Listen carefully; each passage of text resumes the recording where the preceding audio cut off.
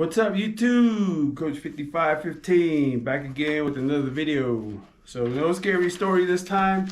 I'm going to tell you about a few of these YouTubers that have come out and that I've been subscribed to, I've been watching, and you know, somehow, some way, we know like a few of the same people. Been in the same circle of people.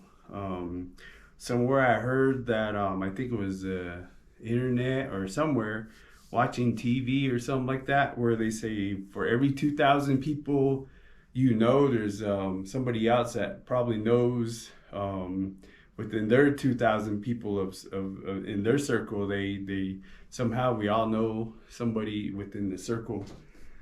I don't remember if that was in the country of the United States or if it was, in the world. I'm thinking it was in the world, somehow, some way. But the first YouTuber that, we knew like the same people, was the first person that I reached out to, who encouraged me to tell the scary stories, was what would Kitty do. Just in conversation with her, getting to know like how like we know some of the same people.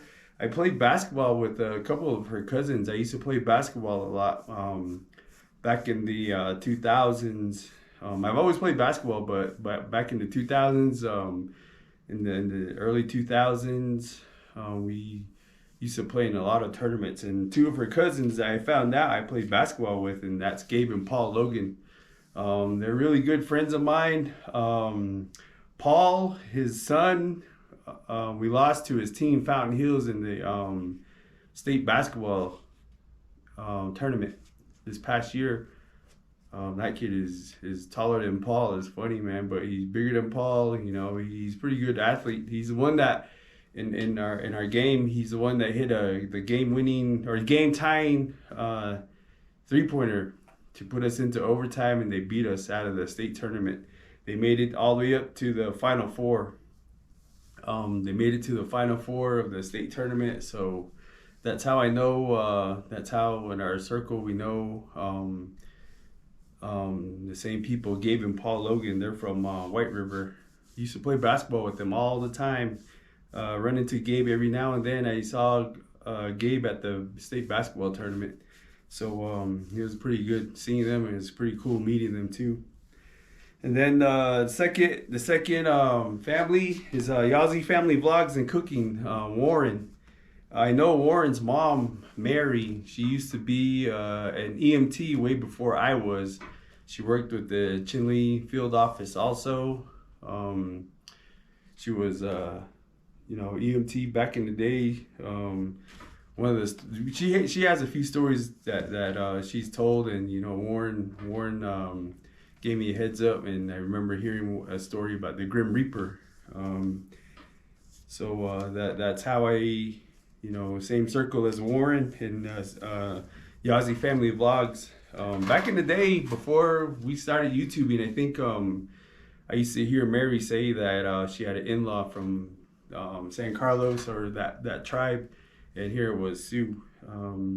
So Mary is the one that we all know within that circle, which is pretty cool. Mary works in the ER still at Chinle, IHS, PHS, whatever. I always run into her, always see her on night shift. So that's how I know her. Next one is Sierra Johnson. I don't know if she's subscribed to my channel, but when she has her live, I usually try to get on, and or whoever goes on live, I try to get them when I can. But with Sierra Johnson, she's really good friends with one of my cousins. Her name is Taryn. Taryn is the daughter of my uncle, Ted.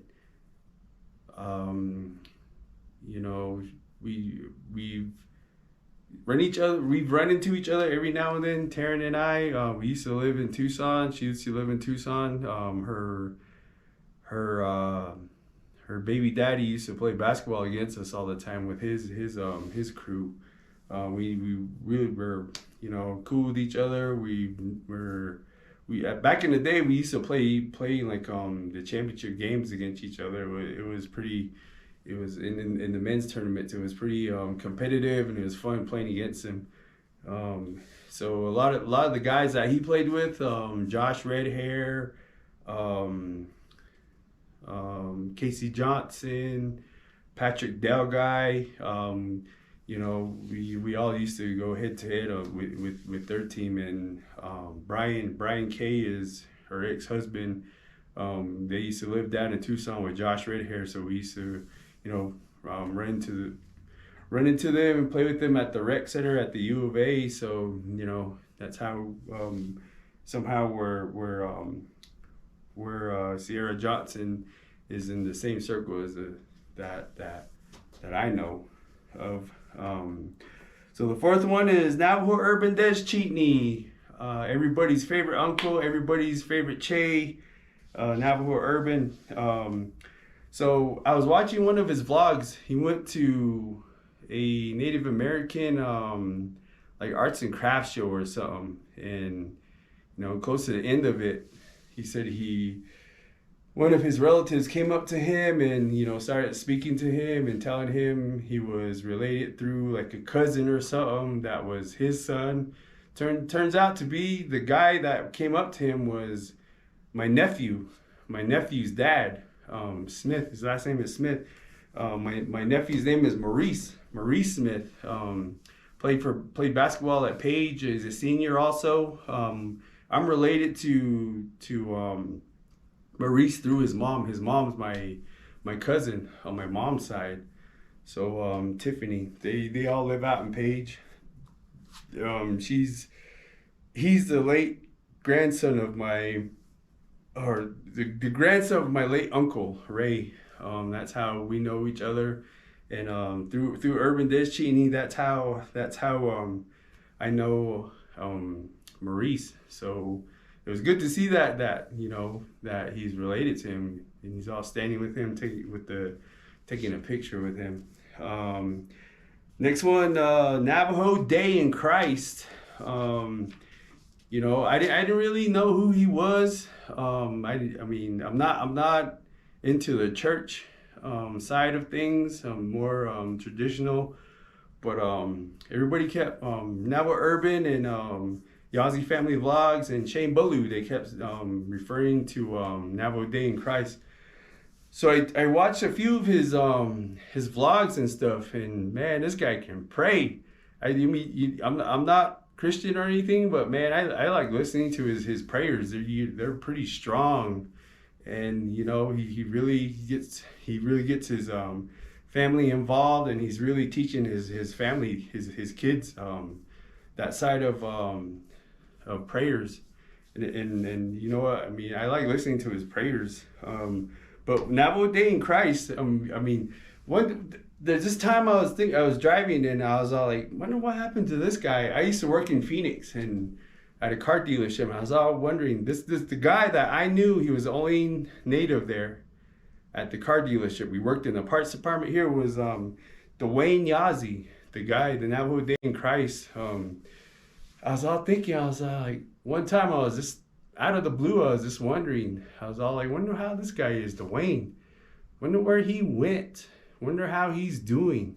And you know, just thinking about how he spoke, it reminded me of the guy that I knew at the dealership, same voice, you know, the way he spoke. I was all like, I wonder if that's him. And I got at him one time on one of his vlogs, and I said, did you work in Phoenix? And did you work at Courtesy Chevrolet?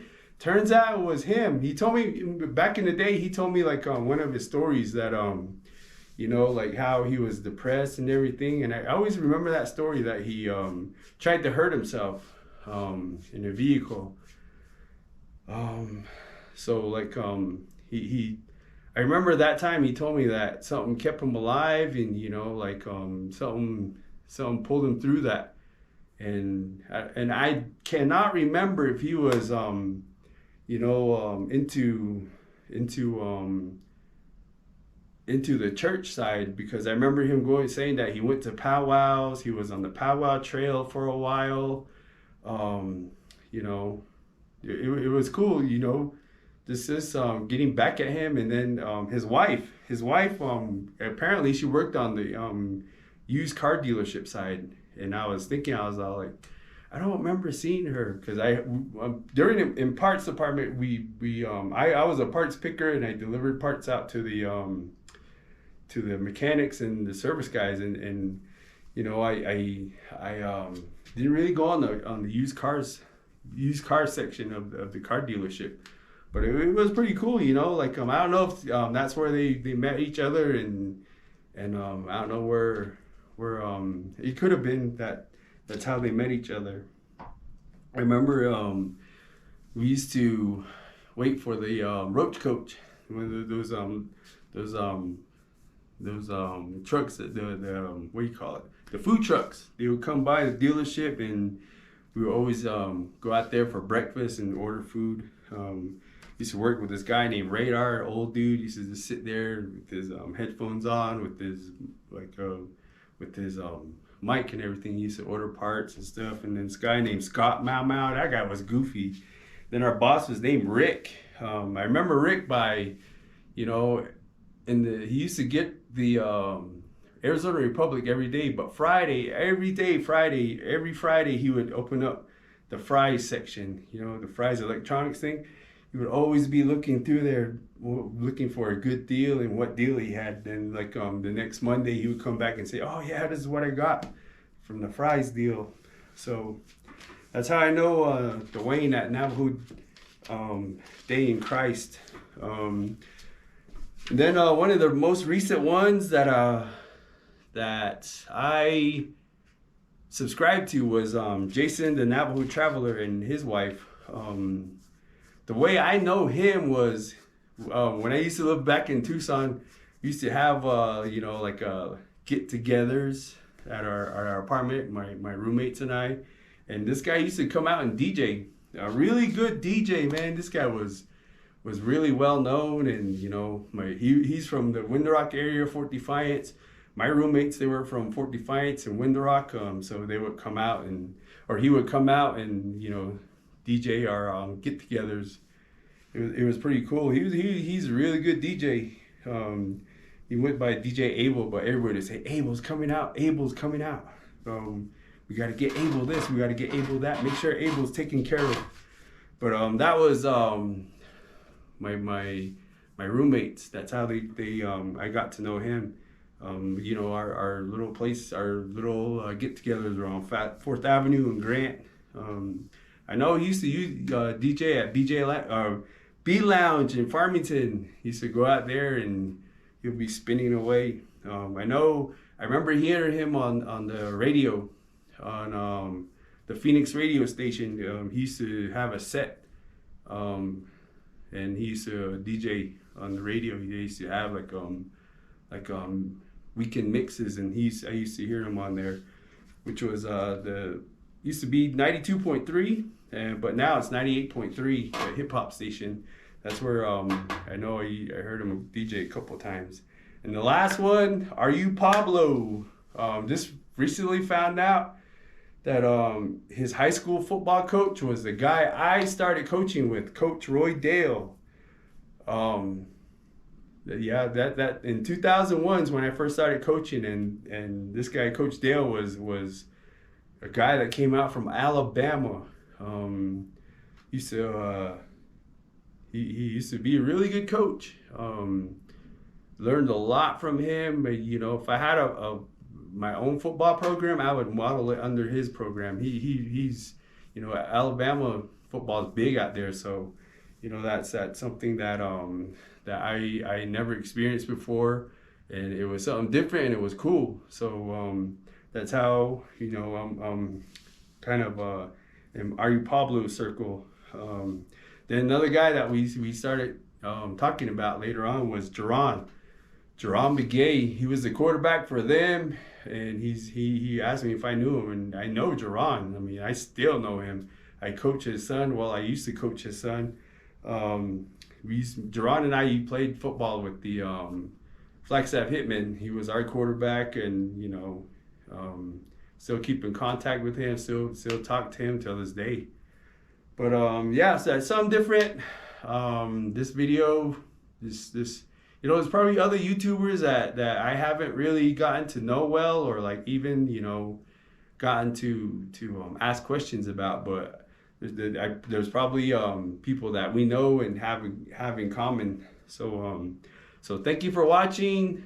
Thank you for subscribing. Sorry for not uploading videos as much. I've been having camera problems, and then I got a new camera, and then it's a problem downloading it and uploading. So thank you for watching, guys.